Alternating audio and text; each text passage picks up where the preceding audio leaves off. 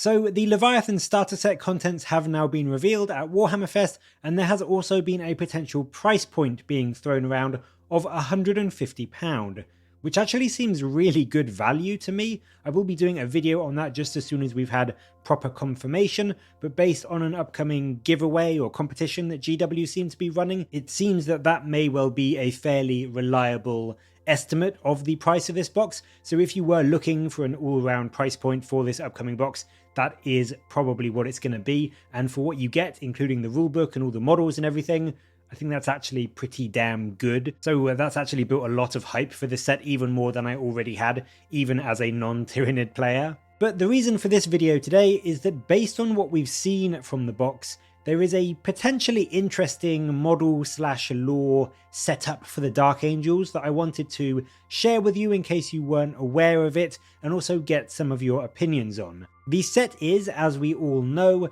totally chapter agnostic.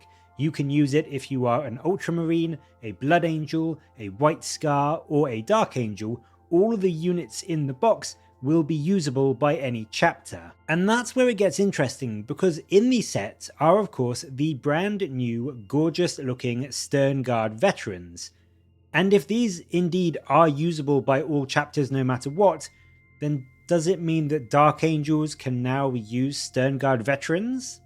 And if you don't quite understand why that's such a big deal, Dark Angels have never been able to use Sternguard or Vanguard Veterans before. They've always had a specific unique unit called Company Veterans, and the reason for that is that Sternguard are specifically 1st Company Veterans. And up until recently, as you are probably aware, the Dark Angels 1st Company, the Deathwing, has been 100% the purview of Terminators. Now, admittedly, in recent years this has changed somewhat. I believe in 8th edition there was an old White Dwarf article that mentioned Gravis armoured units being in the Deathwing, and then of course with 9th edition we got introduced to the Bladeguard Veterans, who were also specifically members of the Deathwing.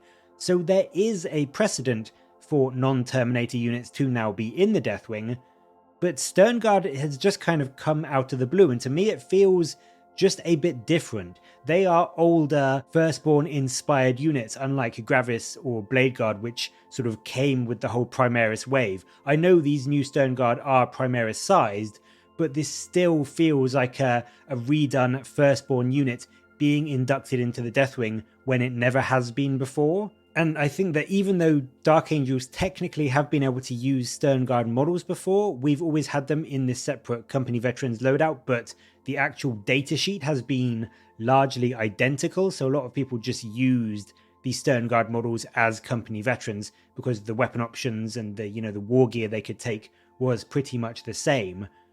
But it does kind of make a big difference here, because if you can bring Sternguard in a Dark Angel list, that is a brand new, wholly separate, distinct unit that the Dark Angels now have access to that they never did before. One of the interesting things about this is that when they did the reveal, Adam Troke, who is a Warhammer community preview presenter and also a big Dark Angels fan, he did state when they were going through all the reveals that this would be just another veteran unit for him. So to me, that made it sound like we could of course take and use these models, but they might, in the 10th edition Dark Angel Codex, still just count as Company Veterans. They wouldn't necessarily have the Sternguard title. Maybe there would just be a slight addendum in the Codex to say these use the Sternguard models, but they use this datasheet.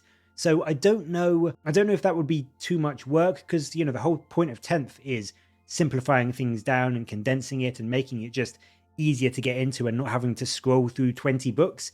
It seems like maybe they thought in that line of thinking, we'll just get rid of this unique unit for the Dark Angels, because at the end of the day, it's pretty much the same unit, just differently named, because the Deathwing used to be only Terminators, so they couldn't have Sternguard and keep it up lore-wise, or, keep it fluffy.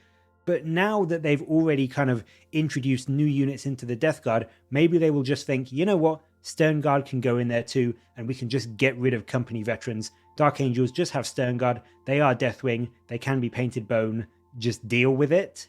So I'm really not sure if that's how it's going to be, or if they will still have this company veterans distinction, and maybe the Sternguard models that you use as them won't have that specific first company affiliation in the Dark Angel books. I'm kind of just of two minds, because lore-wise I think it makes more sense to keep the company veterans and just remove the first company affiliation from Sternguard for Dark Angels. But at the same time, that seems like it may well be a little bit too much complication for the idea of the game that GW seem to be going for. So it's a really interesting thing to consider, because I can see arguments for both sides, and I think a lot of people, especially Dark Angel players, will have very strong opinions on it. There's still people that hate the fact that Deathwing has Bladeguard veterans in.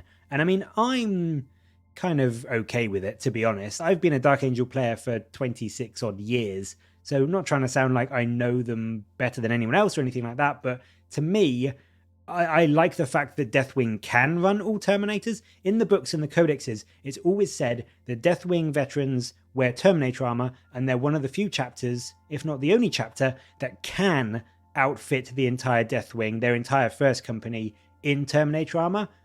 But you've got to think that logically, there may well be occasions where they need their most experienced veterans, their first company veterans, but like they're going somewhere where Terminator armor wouldn't make sense. Like there has to be suits of armor, there has to be situations where they think we need our first company veterans, but we can't send in Terminator armor. So whilst it's never been discussed in the lore or shown in the lore, like lore-wise, I think it does make sense that there would be some contingency plans for when the first company is needed, but Terminator armor isn't. So that kind of follows that line of thinking, and to me, I'm totally okay with that. And that's why in theory I've been fine with the Bladeguard. It's why in theory I'm actually okay with Gravis being part of the Deathwing as well. But as I said, the thing that really is kind of making me and ah is the fact that if we can use these Sternguard veterans, are they going to be called Sternguard Veterans, or are we going to keep our unique company veterans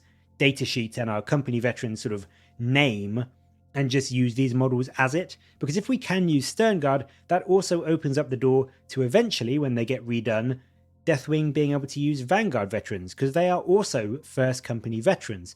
And that to me sort of sounds like it is beginning to run the risk of just turning the Deathwing into any other first company. And I know for a lot of people, or for a lot of Dark Angel players, that is a big draw of the Dark Angels. A big draw of playing the Dark Angels is having that Deathwing company that is so specialized and awesome and sort of individual. Just like the second company being all bikers and, you know, land speeders and whatever, it adds a lot of identity to the Dark Angels, and it arguably is a lot of their identity. Because I mean, aside from the love of plasma, if you did get rid of the first company being unique and Deathwing, the name Deathwing, and got rid of the second company being so unique and the name of Ravenwing, if they were just like any other chapter's first and second company, the Dark Angels wouldn't really have much unique going for them, apart from, as I said, their love of plasma. There is a reason why the third company down is just called Greenwing, is because they are essentially just Space Marines in green. Like, there's nothing really special about them. The main identity for the Dark Angels comes from their first and their second company, and this seems to be running the risk of potentially watering that down somewhat. I think in general the big question for me is, A, if this is happening, how are they going to go about it? Is the line just going to come up and be like, guys, we need our veterans to be more flexible. Terminator armor is great, don't get me wrong, but sometimes maybe we're going to want to be a little more subtle. Maybe we're going to want to use Tacitus armor instead. And I think, arguably, if a big lore change is coming to the Dark Angels, and make no mistake, this is a big lore change, it makes sense for it to happen at the start of a new edition.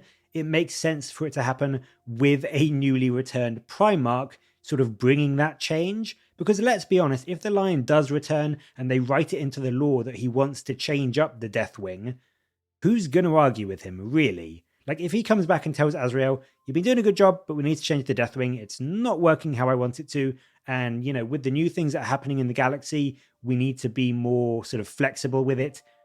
If that's how they do it, I can understand it. People might not be happy, but it makes sense. Like if the Lion wants to change something, he is going to do it, and no one is going to stop him. So that would arguably be the best way for them to do this big change to the Deathwing and make it make the most sense lore-wise. And then B, the other thing I really want to know is if we do have Terminator armor, Gravis armor, and Tacitus armor all usable in the Deathwing, meaning potentially we have Sternguard and Aggressors in the Deathwing, will we then have things like Vanguard Veterans usable in the Deathwing as well? So I'm going to be honest, I think overall I'm not sure how I feel about this. I do love the idea of the Deathwing being super elite and super specialized. I used to love the old lore of it being completely outfitted in Terminator armor, and whilst I could accept Blade Guard, as I mentioned, to me it did feel like it diluted the feel of the company a bit. And then on the other hand, I love the idea of our company veterans. I think they've got amazing models. I would love to see a glow up Primaris size version of them. And I think they are really fun, unique, characterful units and models for the Dark Angels to use. I do love these new Sternguard, and I would be happy to use them as company veterans. But if they do just handwave Deathwing to be less exclusive, I do think in general I would be a bit sad. If I could do anything with this, if I had complete creative control over it, I would make it personally so that we could still have our company veterans and they could still be painted in the Deathwing bone. And the lore for me would be that whilst they are Deathwing, so they could be out, they could be in Terminator armor or they could not be. We could have these Sternguard veterans outside of Terminator armor. But the lore would be that when they are in the Deathwing, when they are acting as part of the first company, they're in Terminator armor. When they are potentially out of the first company, and what I mean by this is that according to the Codex Astartes, companies are meant to be 100 strong. The Dark Angels, if you read sort of the 6th and 7th and 8th edition codexes, they're pretty lenient with this. Like it says, I think in the 7th edition codex, the true size of the Deathwing is actually like unknown. That's what's written on like the chapter breakdown. Like it's more than 100. But what if the lore was that they kept a 100 strong Terminator contingent of Deathwing to meet the Codex Astartes criteria and guidelines, but then they had other first company veterans, and they were first company veterans, but they could be seconded out to other companies in the chapter. So they would still get to wear their Deathwing bone armor as sort of a sign of, their importance and their position in the chapter, but they wouldn't have to wear Terminator armor because if they are in, the fourth company leading a squad of intercessors, they could just be in, Tacitus armor. It would just be painted bone to show that they are Deathwing members. I think that would be really interesting, and it would allow for a lot of painting opportunities as well, because I've done this in my own personal Dark Angels army. I love the idea of like a Greenwing tactical squad, but the sergeant has maybe like a bone shoulder pad, or is wearing like a robe, or, just something to distinguish him and say that he's not just a veteran. Veterans have the robes, but maybe if he had a bone-colored shoulder pad, or even his whole armor was bone, it could show that he's not just a veteran, he is a first company veteran, but he's not acting in the first company at the moment. He is leading this squad, maybe to train them or give them more support, or just to give them some extra guidance and help, to make them better at what they are doing. I think that would personally be a really cool bit of fluff and show that the Dark Angels do still adhere to the Codex Astartes, but they are very, very lenient with it, and their first company would still be technically 100 strong, but in reality, there would be more than 100 first company veterans, which sounds very Dark Angel-y to me. So I'm sorry to have rambled. That last bit was sort of me just sort of wish listing what I think I would do, just in terms of what I would love to see lore-wise and in terms of opportunities for painting. But that is going to be it for this video. I would really love to know your thoughts, not only on these new Sternguard, but how they are going to incorporate in the Dark Angels chapter. Are we going to have an addendum in our codex saying we essentially use these as company veterans and refer to this data sheet in our own codex? Or will they actually update the Deathwing in the lore and say, it's no longer all Terminators, it's not even Terminators and Blade Guard, it is now just any veterans, and any armor they want to wear, you can have them as Deathwing.